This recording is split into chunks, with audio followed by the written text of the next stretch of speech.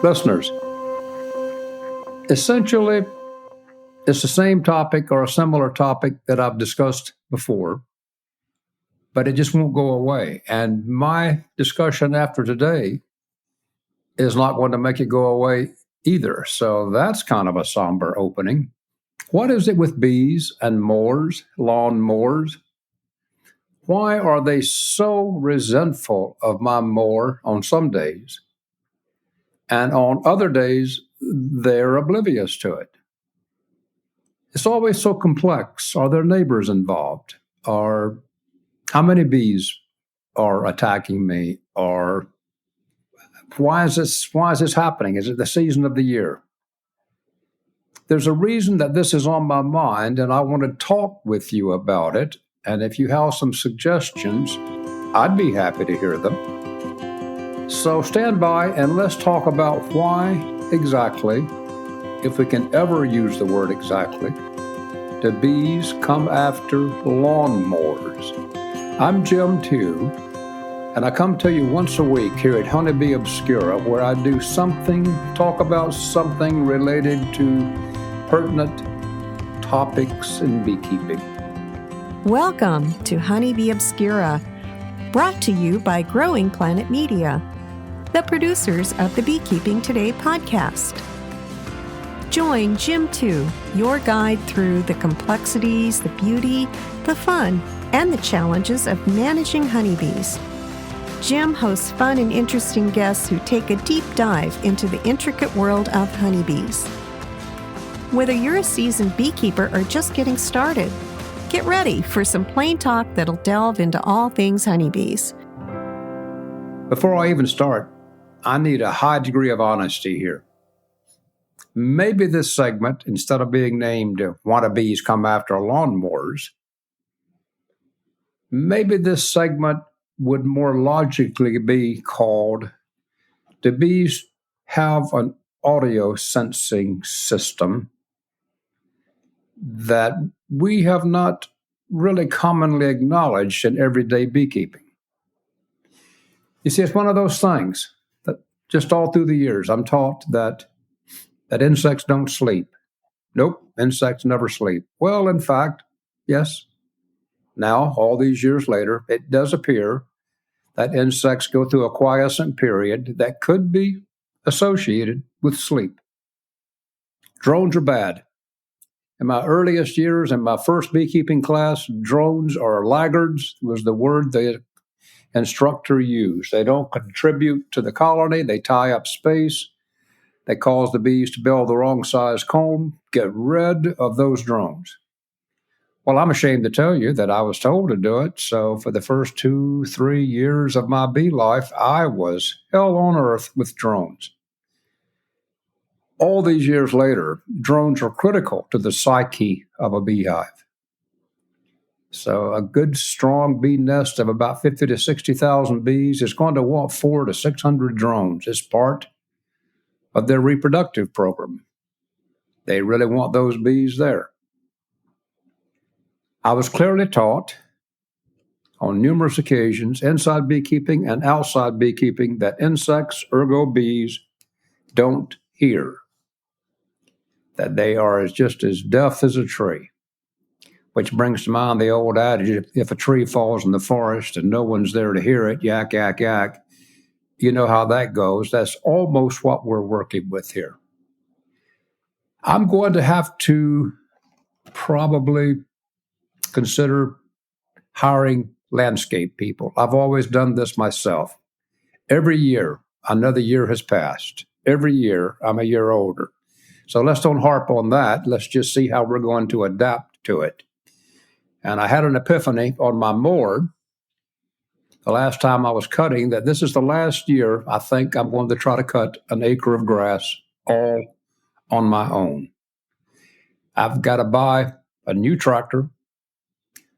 I've got to stay physically fit enough to do it, or I've got to lease it out. So the common sense thing to do is lease it out. Here's the rub. I got bees back there. And let me tell you some stories I've told you over and over again on other segments and see if it helps you understand where I am in this discussion. I had a solid neighbor. He's passed on now, 3 years ago. He was outside all the time when he was at home. He was a construction worker. He was dark tan. He was lean and lank. And it wasn't a problem with my bees. He came to me one day, just after he had finished cutting, and he says, "What's with the yellow jackets this year? They're just going crazy back there. I'm stung 3 or 4 times, and I can't even find the nest." Listeners, I knew that it was far too early for yellow jacket workers to be out. Only queens were still founding very small nests. And anything that was stinging him back there, you know what it was. It was my bees. And so I've talked about the stress I felt at that moment. I'm reliving it right now. How much truth as a beekeeper do you tell? Literally, to what extent do you rat out your bees? I struggled for a second. I decided he was a good neighbor, a friend, and he could stand the news, and I told him that it was my bees. So when I discussed this, why do bees come after lawnmowers, you see it's a bigger picture. Coming after me on my mower is one thing. Coming after my neighbor on his mower is another thing. And then can it get more complicated? It certainly can, because now his widow, 3 years now, cuts the grass. Let me tell you, she's not going to have the same friendly decorum about having, quote, yellow jackets come after her, close quote, as my neighbor did. So when I think about what I'm going to do with this ever-growing grass situation and my country's penchant for constantly cutting and mowing lawns, what obligation do I have to commercial grass cutters? So clearly, just like I did with my neighbor, I'm going to tell them that those bees are back there and that they really shouldn't get that close. So now I bounce back to the other topic. Why are bees doing this? How do I tell these commercial grass cutters that, oh, yeah, this is July, this is August, this is April? What caveat do I put on this so that those professional people can have an idea of how intensive the bees are going to be? Well, bees can't hear, so how are they doing this? I hear it all the time. You know, the bees come after lawnmowers. Bees come after string trimmers. Bees come after you when you've got some kind of noisy system going. It's even been said that bees don't like my hearing aid frequency being given off. Well, how are they sensing that, listeners? Because bees can't hear. Well, if you look it up on the web knows everything. Honeybees don't have ears when it comes to our sense of thinking what ears are, but they still have sensitive cilia that respond to vibrations and sounds. They detect these sounds through something called Johnson's organ on the second segment of the antennae. Now, I'm having to broaden my scope here because I thought that Johnson's organ was only useful in very close proximity, nearness. So when a bee was doing a dance, other bees could actually hear the buzz through this organ, but we couldn't hear it outside the hive, and they couldn't hear it elsewhere in the hive. But now I'm having to read that these delicate cilia react to vibrational frequencies, and the bees respond to that. Here's my question. Isn't that just hearing? Is this another case in point where I've got to go back and change decades of old notes and concepts and PowerPoint presentations and add that to the list now? Yes, bees can hear. Well, it makes sense, doesn't it? I know that bees have these small cilia between their body segments, and that when their abdomen hangs down, those segments, those cilia fire neurologically, giving the bees a sense of its position in its environment. Is it going straight up? Is it going sideways? So there's other places on the bee's body where we know they have these sensory cilia. So in this Johnson's organ device, if those cilia are picking up airborne vibrations, it seems to me that that's just hearing in a different way. Bees don't have these things that hang off the sides of their head. Aren't those things, aren't our ears called pennas? Pennas. I may not be right about that, but they certainly have hearing structures. So at this point, without a lot of science, can we agree that in their own way, bees do have hearing? So when they hear that lawnmower, they come for it. Some bees do. Well, why did those some bees come for it? Why not all bees that are on the defensive spectrum? Why don't these bees do it on all days? What evidence, what information are they looking at that makes them decide that this is a day that we really want to come out and stop this lawn mowing silliness? Think about this for a while and see if I'm just totally out in right field. And let's hear from our sponsor.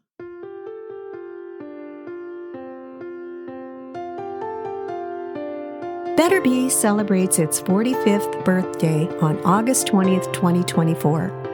Over the past 4.5 decades, much has changed, but our commitment to quality and customer service remains the same.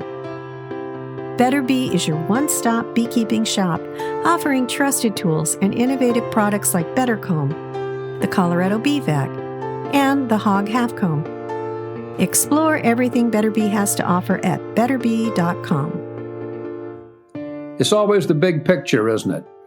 I suspect that those bees come for us on different days because of different stimuli, different factors. For instance, is it spring or is it late summer?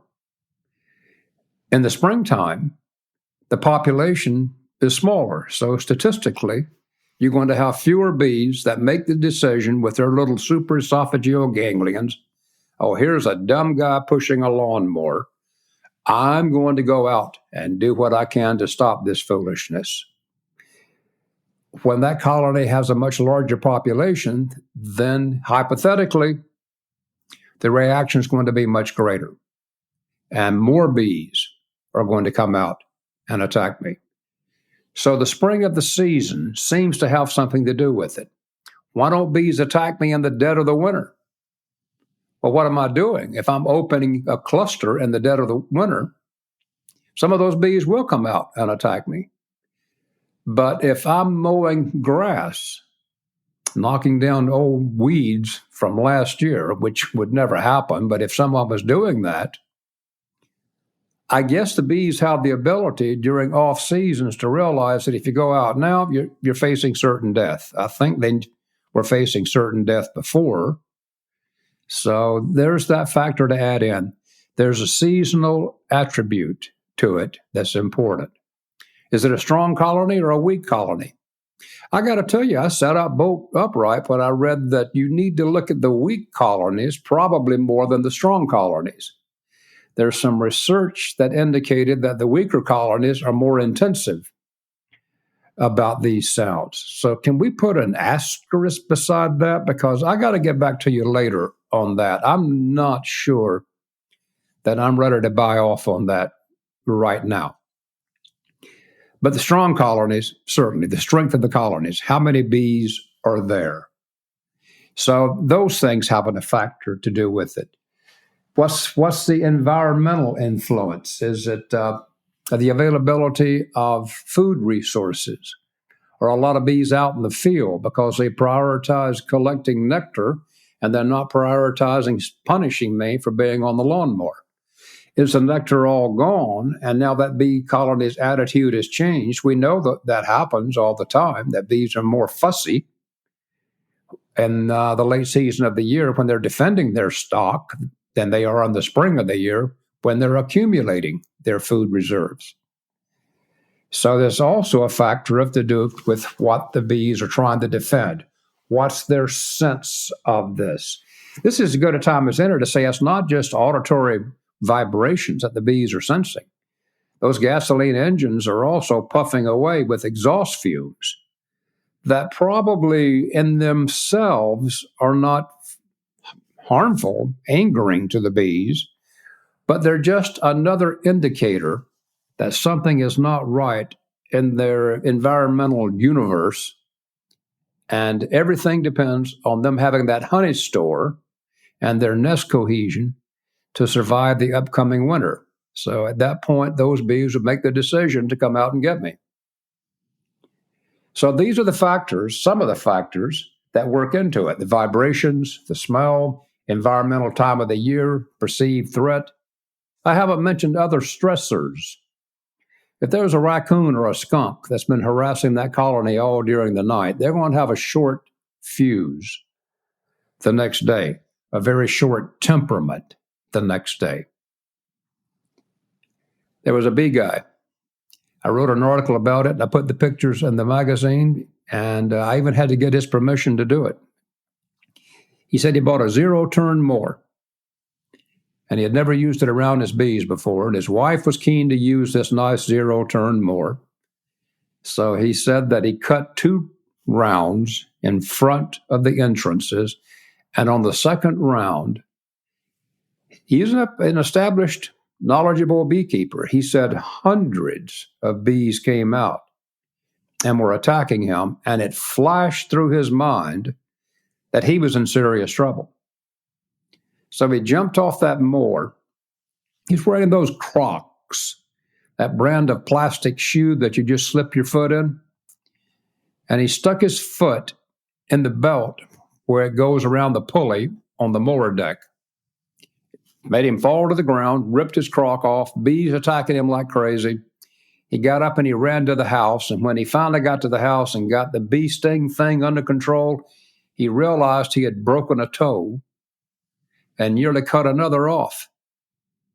So he had serious damage that required intensive medical attention and then physical recovery beyond that. That story came to my mind about a month ago when I was cutting on my little Kubota, and I felt a thump in the back.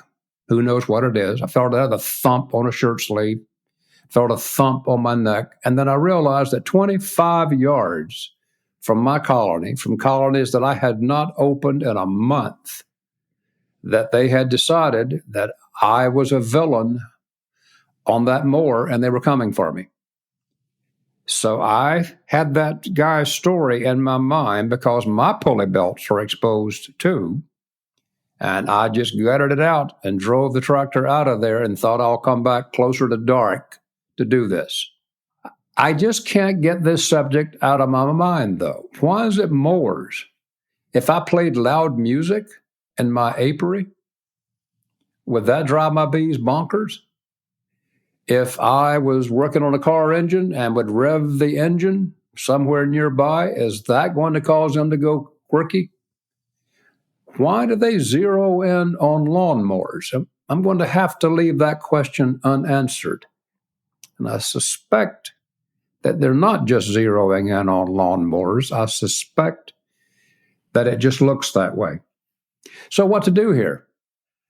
In previous articles, I've asked, do electric motors on these devices, electric mowers, electric string trimmers, and several people wrote back and said there was a distinct difference between using electric stringers and electric mowers and using gasoline-powered mowers. So if I had to come up with a reason for that, they'll probably still come for you, but you don't have the stimulus of gasoline fumes coming off. So you've cut that stimulus to it. I brought all this up because I'm going to have to talk to people about cutting my grass near that apiary, and sometimes as far away as 25 yards. So at some point you think, well, you've got to cut so much of the grass that's left. Why are you even paying to cut it all? But I need help with this. I've got other issues now in my life that are demanding my time, and I need to unload some of these tasks that I can unload on someone else or some other company. Probably going to go with this, but I've got to find people who are hardened to being around bees, who, if they are attacked, will have some idea of how to get out, not cut a foot off doing it, and then get my insurance company all riled up. So I'm sorry to bring this up again, but it's just multifaceted. Number one, do bees hear or not? Yes, they clearly hear in one way or another. They respond to airborne vibrations. Do bees come after me every day? No, they're decision makers. They come after you on days or seasons when they think you need to be gotten, probably related to food reserves. Is there some genetics involved in this? Absolutely. I would think that a colony that has a hair trigger anyway is certainly going to have a hair trigger on temperamental days when they're making decisions to come sting me for cutting grass. So there is no one single thing, it appears to me, in this discussion here today that causes bees to come and attack me when I'm trying to trim grass, not right up around the colony, but just in the general vicinity of the hive. I would like to thank researchers Kirchner, Town, Mickelson, and Winston for the information that I've given you here today. I researched the web a little bit. I found enough to get my thoughts together, and I'm using their work. It's not mine. If you've had some episode with bees attacking you while you're mowing and trimming, if you have found a way to reduce the incidences of bees attacking you while you're mowing and trimming, be helpful to the rest of us if we all knew what was going on. Until we discuss this topic again sometime in the future, and rest assured we will, I'm going to end it here. I'll talk to you next week. I'm Jim, telling you bye.